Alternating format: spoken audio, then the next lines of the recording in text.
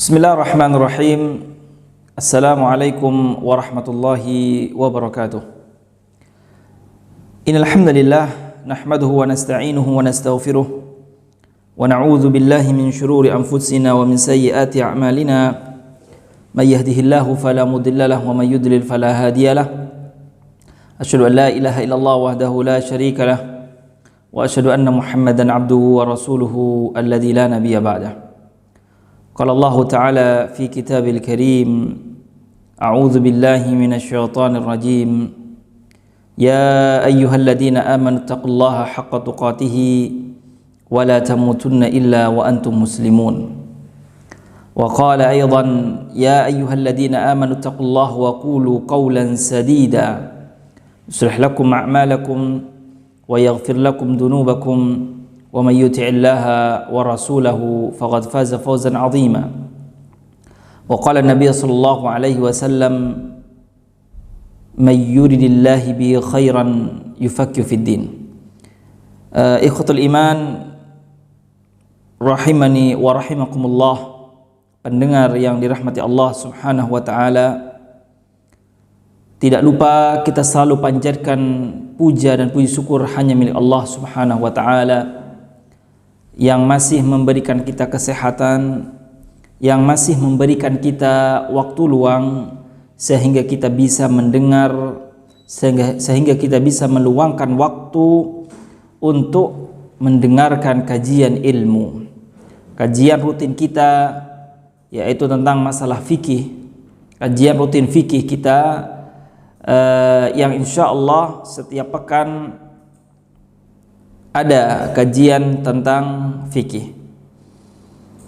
Salawat serta salam mudah-mudahan selalu tercurahkan kepada baginda kita Rasulullah sallallahu alaihi wasallam Muhammad bin Abdullah beserta para sahabatnya, keluarganya, dan orang-orang yang setia mengikuti jejak beliau sampai akhir zaman.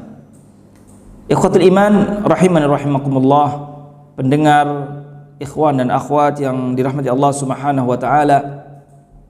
Pada kesempatan kali ini kita akan melanjutkan pembahasan kita yang masih tentang salat, yang mana pertemuan yang lalu kita telah menjelaskan tentang hal-hal yang membatalkan salat.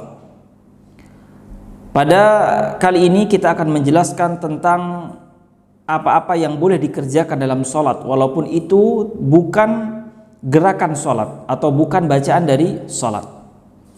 Ada beberapa yang diterangkan oleh para ulama, beberapa yang boleh kita kerjakan dalam sholat, artinya tidak membatalkan sholat apabila kita mengerjakan hal tersebut. Yang pertama adalah al-amalul yasir ka islahi ridaihi li thubutihi mithlihi an Nabi sallallahu alaihi wasallam. Yang pertama, hal-hal yang tidak membatalkan sholat walaupun itu di luar dari gerakan sholat, yang pertama adalah al-amalul yasir, gerakan yang sedikit, ya, gerakan yang sedikit, seperti kaislahi ridaihi, seperti membenarkan atau ya membenarkan jubahnya, ya, jubahnya, rida, burdah, seandainya burdahnya atau ridanya atau surbannya mau jatuh, kita ambil, kita taruh di punggungnya, di punggung kita.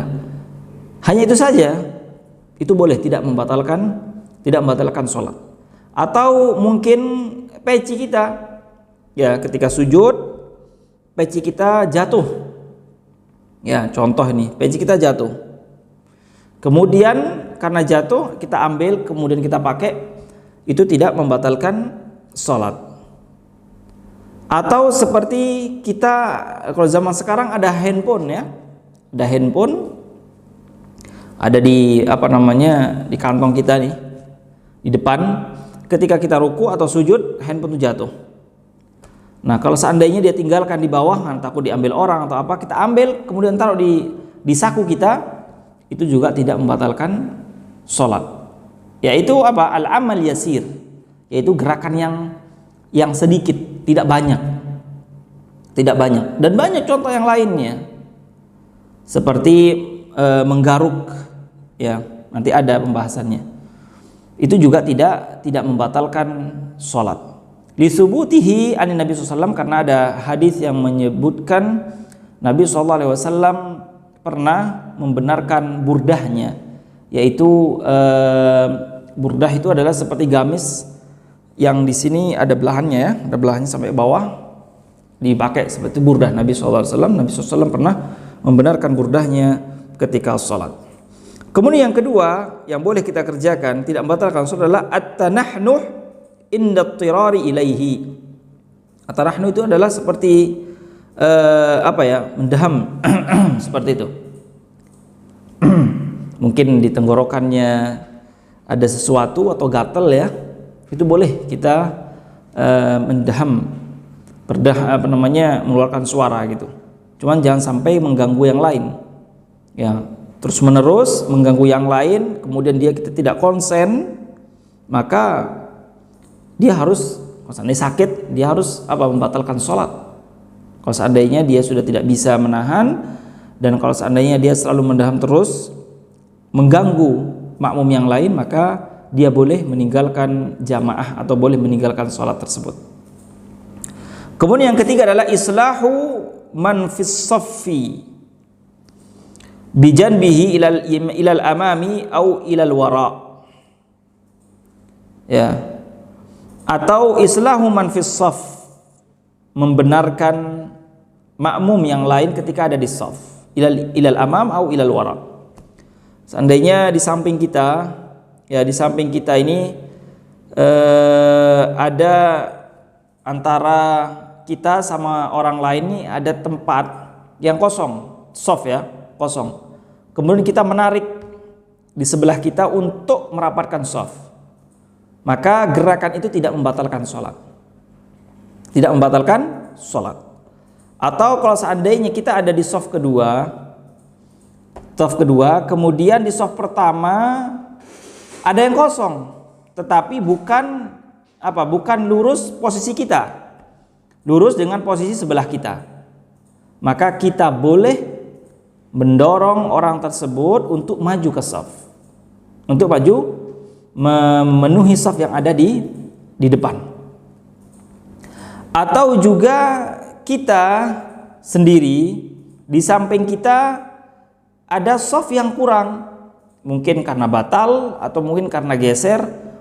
Kalau seandainya kita geser ke samping untuk menutup shaf yang kurang atau yang renggang tersebut, itu juga diperbolehkan dan tidak merusak, tidak membatalkan sholat. Atau seandainya di depan kita persis shafnya renggang dan cukup untuk diisi dengan satu orang, maka kita maju ke depan, jalan maju ke depan, itu juga hukumnya boleh ya, hukumnya boleh dan tidak membatalkan sholat, tidak membatalkan sholat. Atau seseorang yang seorang tersebut ingin mendekatkan dia ke sutroh atau batasan antara dia dan sujudnya. Seandainya ada orang, kita sholat di belakang orang ya, sholat di belakang orang, nah kemudian orang yang ada di depan kita ini pergi, maka boleh bagi kita yang ada di belakangnya untuk maju ke depan kalau seandainya memang dekat dengan soft, seperti dekat dengan sutroh seperti tiang atau punggung orang yang lainnya, maka boleh. Nah, majunya kita, jalannya kita dari tempat kita berdiri ke mendekati sutroh itu juga tidak membatalkan sholat. Tapi kalau seandainya sutrohnya jauh sekali ya jangan ya. Kalau sutrohnya ada 10 meter atau 5 meter ya jangan. Udah cukup seperti itu, fattakullah mastata'tum. Cukup seperti itu, sholat dan selesaikan sholatnya. Ya, untuk apa? Untuk membenarkan shaf ya, membenarkan shaf hanya dan tidak banyak melakukan pergerakan. Itu tidak membatalkan sholat. Au idaratil mu'tammi minal yasari ilal yamini kama adara Rasulullah sallallahu alaihi wasallam Ibnu Abbasin min yasarihi ila yaminihi lamma waqafa bil laili yusalli ila janbihi. Atau boleh seorang imam ya, seorang imam memindahkan makmum memindahkan makmum dari posisi yang seharusnya makmum tersebut ada di posisi itu. Contoh, kalau kita sholat berdua, maka kalau sama-sama laki-laki, maka makmum itu ada di samping kanan dari imam tersebut. Kalau seandainya tiba-tiba kita lagi sholat, kemudian ada seorang laki-laki yang berdiri di samping kiri kita, yang ikut sholat bersama kita, samping kiri, yang mana seharusnya dia ada di kanan, mungkin karena dia tidak tahu, atau mungkin karena seperti apa, maka imam boleh memindahkan makmum tersebut ke posisi kanan. Itu seperti kayak mendorong ya, seperti mendorong kayak gini untuk dipindahkan ke kanan, untuk pindahkan ke kanan, dan itu boleh. Atau seandainya ada seorang makmum, dia sudah berdiri di kanan kita, pengen ikut bersama kita sholat. Kalau satu orang boleh di samping kita. Kemudian datang dua orang lagi ada di sampingnya, yang mana seharusnya kalau imam atau sholat berjamaah lebih dari dua orang, maka yang dua di belakang imam, bukan di samping imam, di belakang imam. Maka imam boleh membenarkan shafnya, yaitu seperti mendorong makmum tersebut. Dua makmum tersebut didorong ke belakang. Kalau memang di depan, di belakang ada tempatnya. Kalau seandainya tidak bisa, maka imam boleh maju ke depan. Seperti itu. Dan itu tidak membatalkan sholat. Ya, tidak membatalkan sholat. Gerakan-gerakan seperti itu tidak membatalkan sholat. Dalilnya apa? Hadis yang diwakilkan oleh Imam Al-Bukhari, Nabi SAW pernah sholat sendirian, itu sholat malam ya, pernah sholat sendirian, kemudian datang Ibnu Abbas langsung berdiri di samping kiri Nabi SAW. Kemudian Nabi SAW memindahkan Ibnu Abbas tadi sebagai makmum tadi, dipindahkan ke sebelah kanan, yaitu dengan tangannya, dipindahkan ke sebelah tangan, dan mengajari kepada Ibnu Abbas, kalau kita bermakmum hanya berdua laki-laki, maka ada di samping kita, samping kanan dari imam tersebut, sejajar, ya, sejajar, jangan sampai melewati imam. Kalau seandainya berdua, maka harus di belakang imam. Dan membenarkan seperti itu, imam membenarkan shafnya makmum, itu hukumnya boleh dan tidak membatalkan sholat. Nah, itu yang ketiga. Kemudian yang keempat adalah at-tatha'ubu wa wad'ul yadi 'alal fam, yaitu orang menguap. Ya, orang menguap ya karena mungkin ngantuk atau apa, menguap dan meletakkan tangannya ke mulut kita, itu juga tidak membatalkan sholat. Kemudian yang kelima adalah al-istiftahu 'alal imam wat tasbihu lahu insaha, yaitu membenarkan imam. Makmum membenarkan imam. Yaitu seperti apa?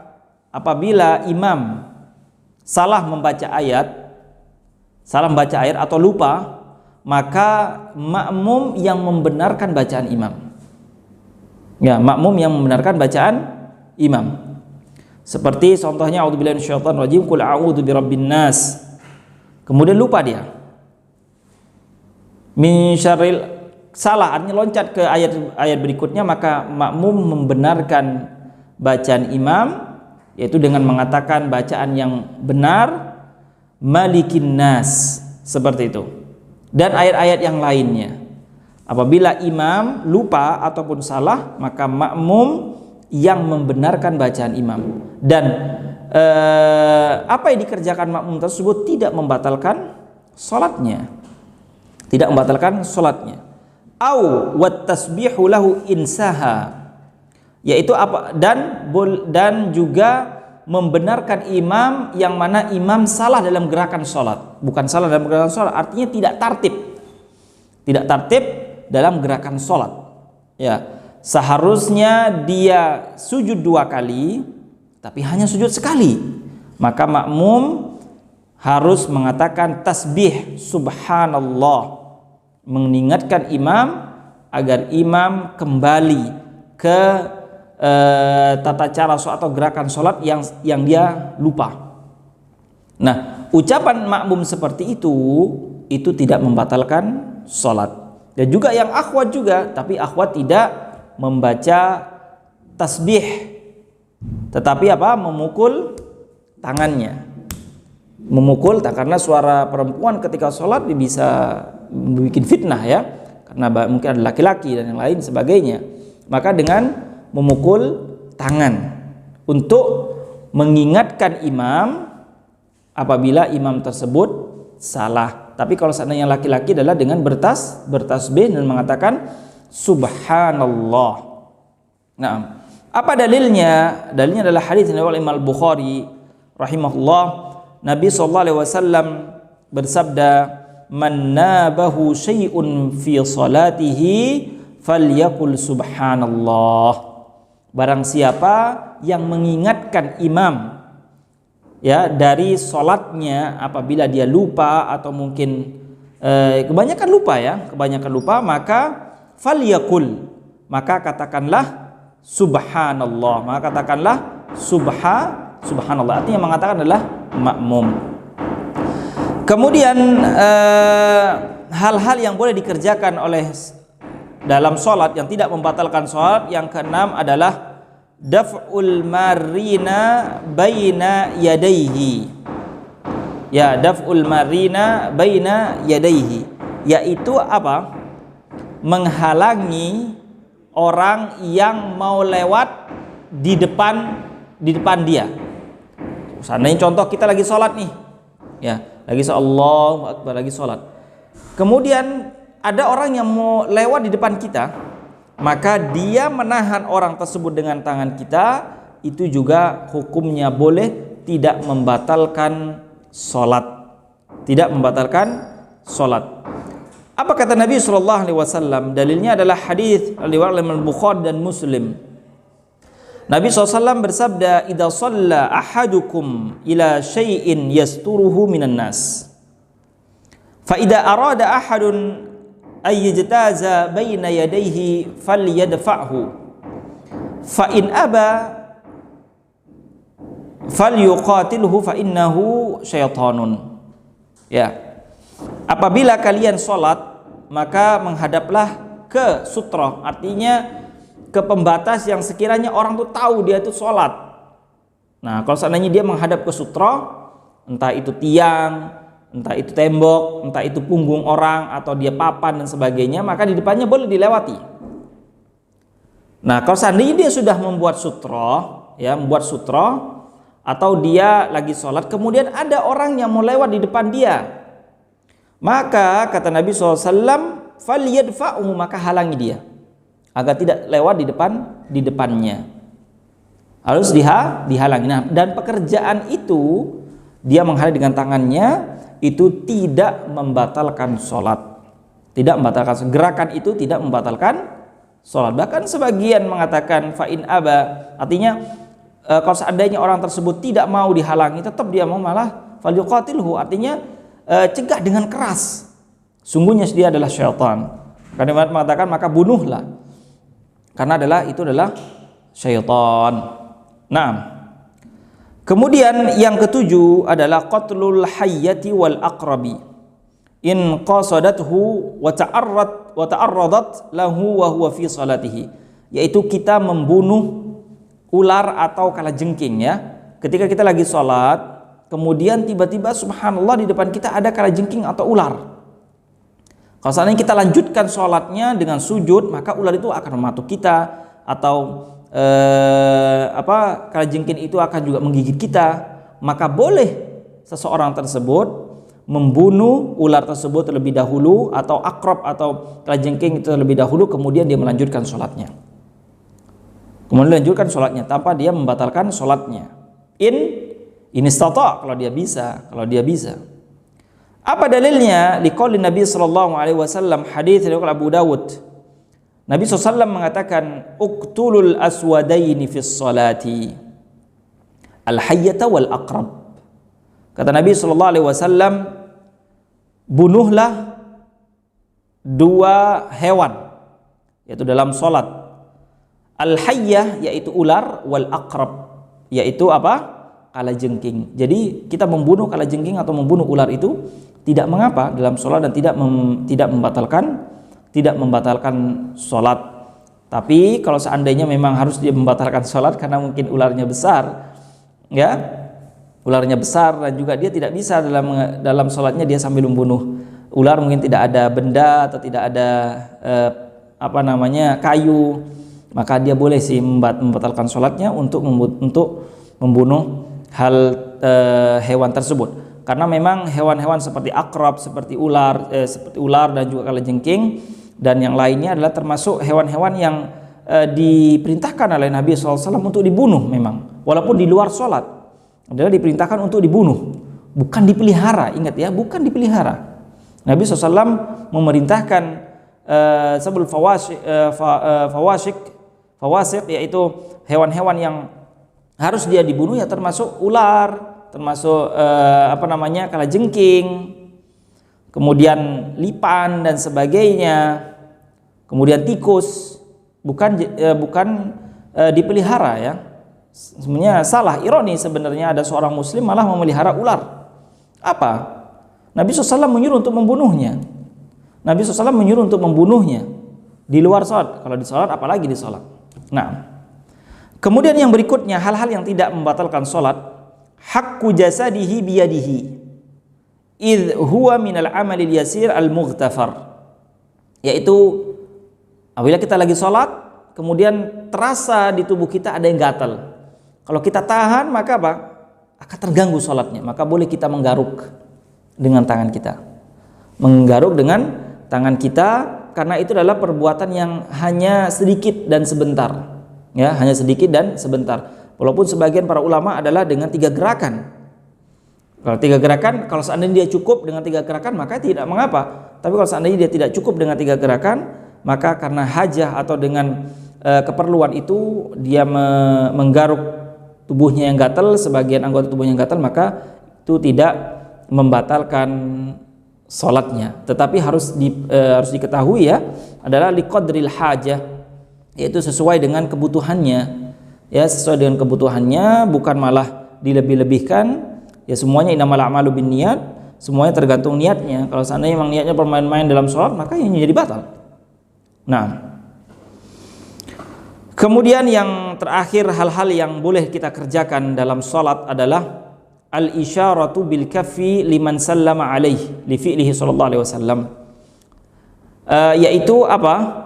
Apabila kita lagi sholat di rumah atau mungkin sholat sunnah, kemudian ada orang yang salam, atau ketika lagi di masjid kemudian ada orang masuk masjid kemudian salam, mengucapkan assalamualaikum. Apa kita mengucapkan yang sholat mengatakan waalaikumsalam? Waalaikumsalam? Tidak. Maka gimana tata caranya? Yaitu apabila kita lagi sholat di masjid atau di rumah, kemudian ada orang masuk dan mengatakan assalamualaikum, dan orang tersebut tahu kalau kita lagi sholat, maka kita cukup memberikan isyarat. Ya, untuk memberikan isyarat yaitu seperti ini. Dalam sholat, sebenarnya kita lagi berdiri, kemudian orang mengatakan assalamualaikum, maka kita boleh seperti ini. Boleh seperti ini. Li fi'lihi sallallahu alaihi wasallam, karena ada dalil Nabi sallallahu alaihi wasallam ketika ada orang yang mengucapkan salam, Nabi SAW memberikan isyarat dari salamnya itu adalah dengan tangannya seperti ini. Seperti ini. Nah, itu hal-hal yang boleh kita kerjakan dalam sholat. Kemudian secara singkat saja, kemudian berikutnya adalah tentang sujud sahwi. Ya, yaitu tentang sujud sahwi. Kadang orang manusia, kita sebagai umat manusia adalah memang tempatnya lupa dan salah. Kadang dalam sholat kita, kadang kita lupa tentang gerakan, tentang bacaan sholat, tentang hal-hal yang disunnahkan. Kadang kita lupa. Maka syariat memberikan sebuah solusi. Ketika kita lupa, ada solusinya. Dalam sholat ada namanya sujud sahwi. Yaitu sujud sahwi, artinya sahu artinya lupa. Sujud yaitu untuk yang lupa. Apa ya yang ada hukum dalam sujud sahwi adalah man saha fi sholatihi fazada rak'atan aw sajadatan aw nahwahuma wajaba alaihi ay yasjuda jabaran li sholatihi sajadataini ba'da tamami salatihi thumma yusallim. Apabila kita lupa dalam salat kita, seperti kita menambahi rakaat. Yang seharusnya salat maghrib 3 rakaat, dia lupa ditambah ke 4 rakaat. Atau salat subuh dia lupa ditambah ke 3 rakaat. Atau dia menambah ruku, seharusnya 2 ruku dia tambah 3 ruku. Atau sujud sama. Maka dia harus sujud sahwi untuk untuk kesalahan tadi atau untuk hal yang lupa tadi. Sujud sahwi itu kapan? Yaitu sujud sahwi adalah 2 sujud, yaitu setelah kita selesai membaca tasyahud akhir. Setelah kita membaca tasyahud akhir, sebelum salam, yaitu kita sujud sahwi 2 sujud. Bacaannya apa? Sama seperti bacaan sujud. Subhana rabbiyal a'la, sama seperti sujud. Wa kadzalika man taraka sunnatan muakkadatan min sunanis sholati sahwan fa innahu yasjudu laha qabla salamihi. Dan juga orang yang lupa meninggalkan hal-hal yang sunnah muakkad dalam salat. Seperti dia lupa tasyahud awal. Dia tidak tasyahud awal, lupa. Ya, atau mungkin lupa dari membaca surat. Seandainya seperti yang kita pelajari kemarin tentang sunnah-sunnah yang muakkad, ya, sunnah-sunnah yang muakkad, tasyahud awal, kemudian kita lupa membaca bacaan tasyahud. Karena lupa, maka dia harus sujud sahwi sebelum salam. Apa dalilnya? Dalilnya adalah Nabi sallallahu alaihi wasallam qama marratan min ar-rak'ati ats-tsaniyah wa lam yatashahhad fasajada qabla salam. Nabi sallallahu alaihi wasallam pernah bersabda, apabila seseorang dia itu lupa tahiyat tasyahud awal, ya, tasyahud awal lupa, maka dia harus sujud sahwi sebelum salam. Dalilnya apa? Nabi SAW bersabda, hadis ini oleh Muslim, "Idza syakka ahadukum fi salatihi falam yadri kam shalla athalathan aw arba'an falyatrahis syakka wal yabni ala mastayqana thumma yasjudu sajadataini qabla ayyusallim." Kata Nabi SAW, apabila kalian di antara kalian ragu terhadap salat kalian, apakah saya salat 3 rakaat apakah 4 rakaat, ya, lupa dia. Salat seandainya seperti salat Isya, dia lupa, ragu apakah 3 rakaat apa 4 rakaat. Maka kata Nabi SAW, falyatrukis syak, maka buanglah keraguan itu. Artinya yang mana yang ragu dia, apakah yang di 4 rakaat apa yang 3 rakaat. Disuruh buang keraguan itu dan tetap yakin terhadap yang diyakini. Summa yasjudu sajadataini qabla yusallim. Maka setelah dia sebelum salam, dia harus sujud sahwi. Karena apa kata Nabi? Fa in kana shalla khamsan syafa'na lahu salatuhu. Karena kalau seandainya kebetulan atau memang terjadi dia itu sudah sholat 4 rakaat, karena dia lupa, akhirnya dia nambah lagi dengan keyakinannya, menambah lagi 1 rakaat menjadi 5 rakaat. Maka dengan sujud sahwi itu menjadi 6, ya, menjadi 6. Artinya menjadi genap. Karena itu adalah termasuk dari waswas syaitan, ya, dari waswas syaitan. Kalau seandainya benar rakaat itu benar, memang 4 rakaat, maka sujud sahwi itu adalah termasuk dari targhiman lisyaitan, yaitu untuk cambuk dan artinya hukuman bagi syaitan. Itu adalah sujud sahwi, ya, sujud sahwi. Tapi kalau kita bersama imam, maka kita harus mengikuti imam, yaitu mengikuti imam.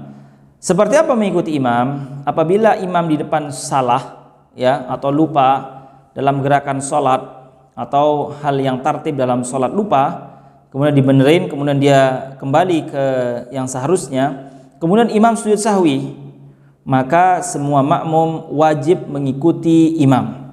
Ya, wajib mengikuti imam, karena kewajiban kita mengikuti imam adalah hukumnya wajib. Kita mengikuti imam adalah hukumnya wajib. Dan itu pernah terjadi di zaman Nabi SAW, bahwasanya Nabi SAW sujud, artinya sujud sahwi ketika menjadi imam, dan para sahabat ikut sujud sahwi. Itu adalah tentang sujud sahwi, ya. Apabila kita lupa terhadap gerakan sholat, dan juga lupa terhadap sunnah-sunnah yang muakkadah atau yang wajib dalam sholat, maka kita sempurnakan dengan sujud sahwi. Tetapi kalau seandainya yang berkaitan, yang dilupa atau yang dia lupakan atau yang dia tinggalkan adalah rukun sholat, maka sholatnya menjadi batal dan dia harus mengulangi sholatnya dari awal. Seperti dia lupa membaca surah Al-Fatihah, seperti dia lupa membaca takbiratul ihram dan lain sebagainya, maka dia harus keluar dari sholatnya dan mengulangi sholatnya dari awal.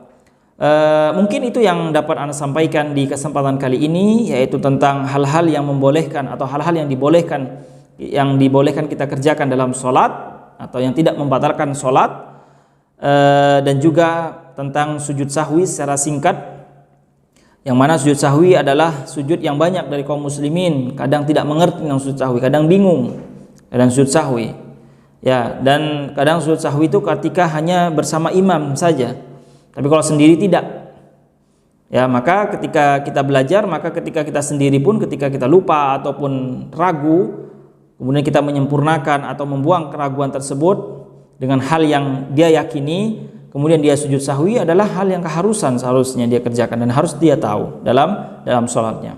Taib, mungkin hanya itu yang dapat saya sampaikan. Apabila ada pertanyaan boleh disampaikan di komentar, dan juga boleh disambungkan ke nomor yang sudah disediakan oleh official kami.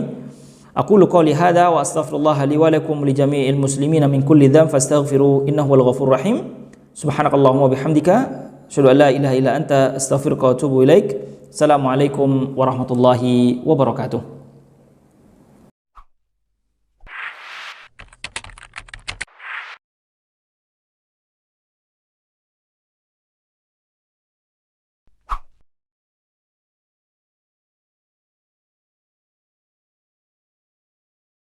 Bismillahirrahmanirrahim.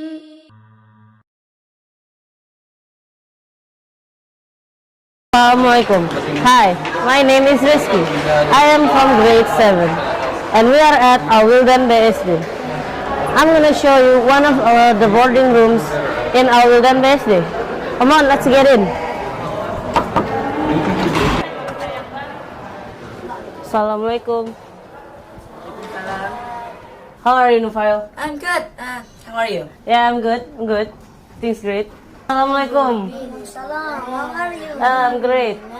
How are you, Izan? Also great. Assalamualaikum. Salam. How are you guys? Fine. They're fine. How are you? Yeah, I'm great. Things are fine. Things are great. So, guys, I'm gonna ask you guys a couple of questions. What do you guys think about staying in boarding? So it's fun and enjoyable. You can have new friends and you can play in the night. Yeah. Oh, yeah. I mean, there's ups and downs. You meet so many people. They can be very annoying. But, you live by yourself. You learn to become more independent. And you learn to cope with your environment. And look at me now. I'm happy here. First time I go here, I think that can I stay here for like 3 years, because for 3 years I will do boarding, and then I think like that. So in the second week, I think like, okay, it's getting much better. So now I'm happy. My first day, I was so shy and I hid my face while I was crying. So then in the first week, I was like, oh no, I don't want to be here anymore. I don't want to be here anymore. But then, like, I cannot call my mom. That I don't really know that we can call my mom. So then, in the second week, I started to have friends and started to be used to it. So now I'm okay with it. What facilities are provided when you are in boarding? So we clean our clothes in the laundry, and then we got free breakfast, lunch, and dinner. And they also prepared a spoon, plate, and a glass of water. Well, yeah, but don't forget about the rooms. We got these sweet bunk beds, and also we have double cabinets, which also function as mirrors, and a marble flooring. And also, if you've noticed, the room is fully air conditioned. Plus, you can also bring your personal belongings as long as it follows the school guidelines. So, question number 3. What are your daily routines around here? Between it, there are 2 sessions of the lesson. Between it, there is a duhur prayer time for we to do lunch and pray. After Asr, there will be this little routine. After that, we'll have a small amount of time, like 1 hour or 30 minutes around that time. But then we'll pray Maghrib. After that Maghrib, there will be a part when we'll do halaqah, just like the one in Fajr. So then until Isha, after Isha, we'll pray first. Then after that, we can eat another like dinner. And after that, then for our room, we have a private class. And I don't know if the others do have it too, but then after the private class, then yeah, we're sleeping. So, you guys mentioned mushrif before. So, what is a mushrif and what does he do? Well, now that would be someone we call a mushrif. A mushrif is someone who takes full responsibility over this room, and and he knows, and he should know if any of us are injured, miss our parents. Occasionally, he would lend us our phone so we can call our parents and let them know if something's up, we need more snacks, or, we just miss them and want to talk to them. He's also the same person who holds our night class that Izan mentioned earlier, okay? And, I think we've developed a good relationship with our mushrif, and we all think he's pretty cool. I was thinking, what do you think about the mushrif around your room? Well, we all think he's a nice guy, he teaches us how to get along and not fight with each other. He gives us advice, what not to eat, like we shouldn't eat too much, or maybe we should fast, Okay, thank you so much for your attention, and hope you all have a great day today. Oh, it's my pleasure. It's our pleasure. Okay, let's end this with kafaratul majlis. Subhanallahumma wa bihamdika ashhadu an la ilaha illa anta astaghfiruka wa atubu ilaik.